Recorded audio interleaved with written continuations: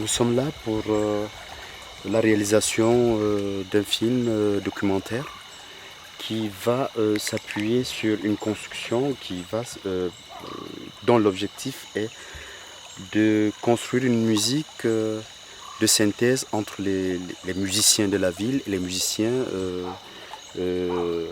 en zone rurale, partant des sonorités naturelles de chacun de ces environnements-là, l'environnement urbain et l'environnement de campagne.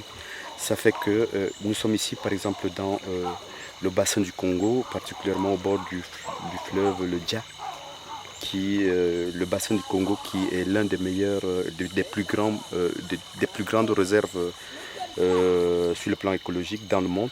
Et là, nous essayons de prendre et les sons des animaux et les sons des cours d'eau, comme c'est le cas du fleuve Dja.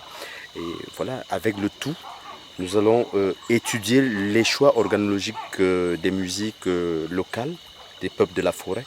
Et nous allons repartir en ville pour qu'il y ait une construction musicale entre les musiciens de la ville et les musiciens de brousse, de la campagne. C'est ce que nous recherchons.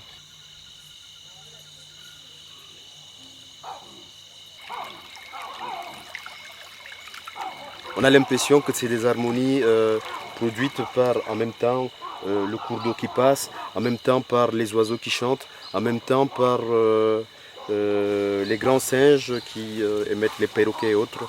Le tout, le vent qui passe sur les feuilles des arbres, le tout, ça fait la jungle, ça fait de la musique. Et je ne dirais pas le contraire à ce que Francis Bébé a dit, c'est-à-dire que la musique, c'est le tout, c'est la nature qui chante, c'est la vie.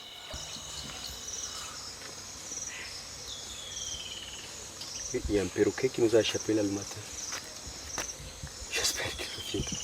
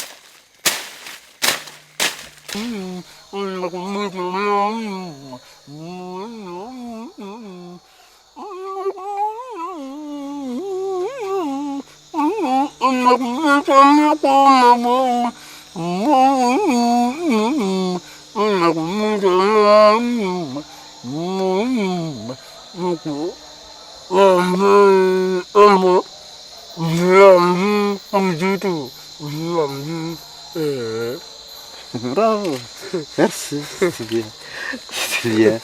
Oh, c'est impressionnant. On vient de vivre comment un baka pygmée de cette forêt se fabrique un instrument de musique à partir du matériau recueilli dans son environnement immédiat. Et il en fait un instrument de musique. Tout à l'heure, il y avait un autre qui a ramassé un coquillage d'escargot, il en a fait un instrument. Et il fallait écouter ces sonorités-là de forêt, prendre un arbre est vidé naturellement à l'intérieur et en faire un instrument de musique. C'est tout ça qui crée des sonorités toutes particulières ici.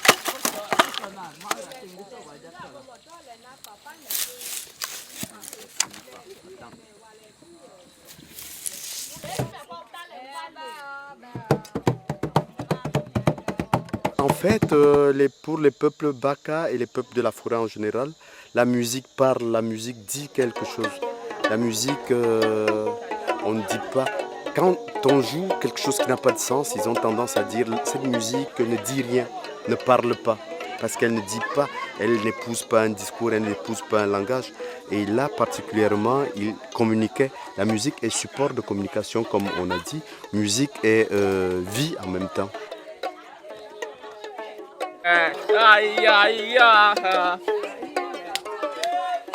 La danse, on va remarquer que même la gestuelle est une communication. On est triste, on est fougueux, on est enthousiaste, ça s'exprime par la gestuelle.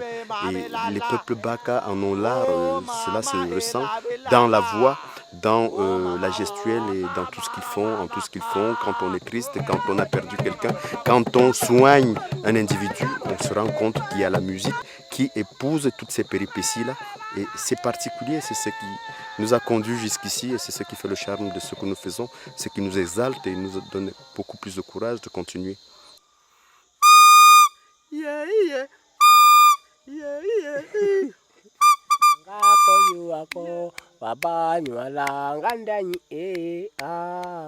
Yesua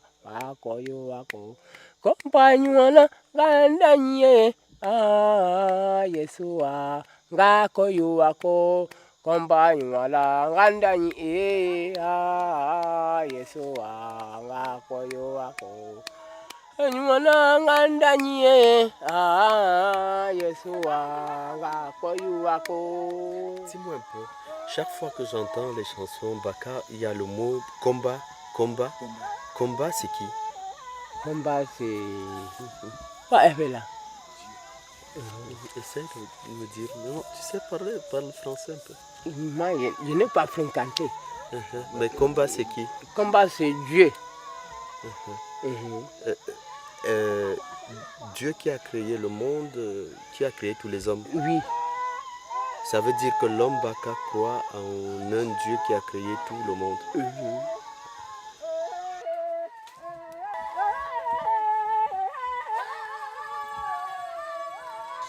Alors là, je me suis rapproché du village du campement Pygmée. Je suis à peu près là, à une cinquantaine de mètres du campement. Et je voudrais recueillir la chanson parce qu'ils vont être en fête tout à l'heure, ils vont faire leur petite fête. Je vais enregistrer la chanson Pygmée à distance avec l'ambiance autour, l'ambiance de forêt. Voilà, sans commencer.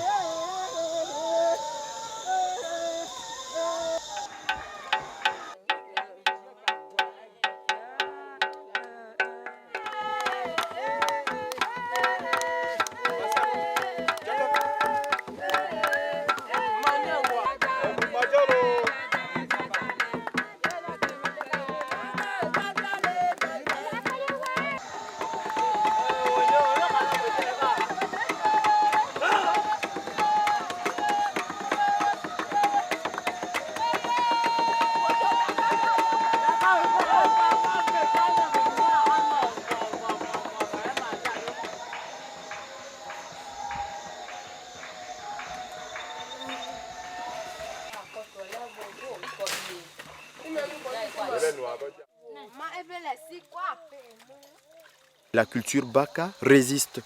Et résister ne veut pas dire qu'on est en retard. Je pense que c'est une mauvaise chose. On ferait mieux, moi je pense, de venir s'inspirer de toutes ces richesses-là, de tout cet environnement. Aujourd'hui, qui dirait que le Baka a eu tort il y a 30 ans, il y a 40 ans, de dire qu'on ne détruise pas la forêt. Aujourd'hui, avec tout ce qu'on vit, changement climatique, destruction, réchauffement de la planète, est-ce qu'on ne devrait pas revenir sur le Baka pour dire qu'est-ce que ce que tu nous as dit était vrai et qu'est-ce que tu projettes pour l'avenir? Je pense que Il n'y a pas de sous-culture, tout le monde réfléchit, tout le monde voit, tout le monde est une conséquence ou une résultante du temps qui est passé.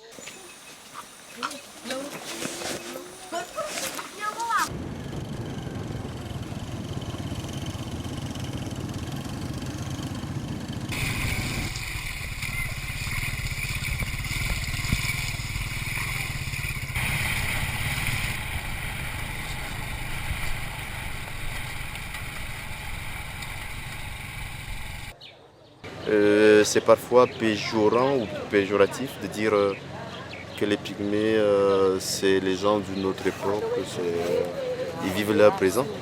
Ils sont au XXIe siècle comme tout le monde, ils ont évolué comme tout le monde, ils connaissent le parcours chronologique égal à celui de tout le monde est sous l'effet du temps. Et c'est pas le pygmée qui en laisse. Je pense que les pygmées, parfois, je me dis, sont beaucoup plus avancés en conservant. Ouais. Est-il négatif d'être conservateur et prudent, surtout par ces temps? Je pense non. Ça, c'est ce que je dis. Je pense qu'ils ont la réserve qu'il faut par rapport aux folies actuelles du monde. Je pense. Je le pense. Ouais.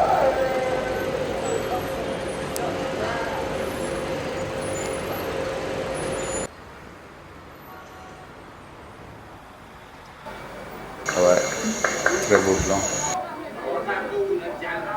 Je suis encore très chaud, c'est encore très vivant en moi et puis voilà, ça me plaît de revoir ce monde-là. C'est comme si j'avais pris une partie d'eux et que je l'avais apporté avec moi dans mes sacs. Et avec toutes ces sonorités, j'espère pouvoir le mettre en image aussi et en musique pour que le monde aussi puisse partager ces moments de bonheur avec moi. Oui, je pense qu'il est important de regarder, voir et vivre avec ces gens-là.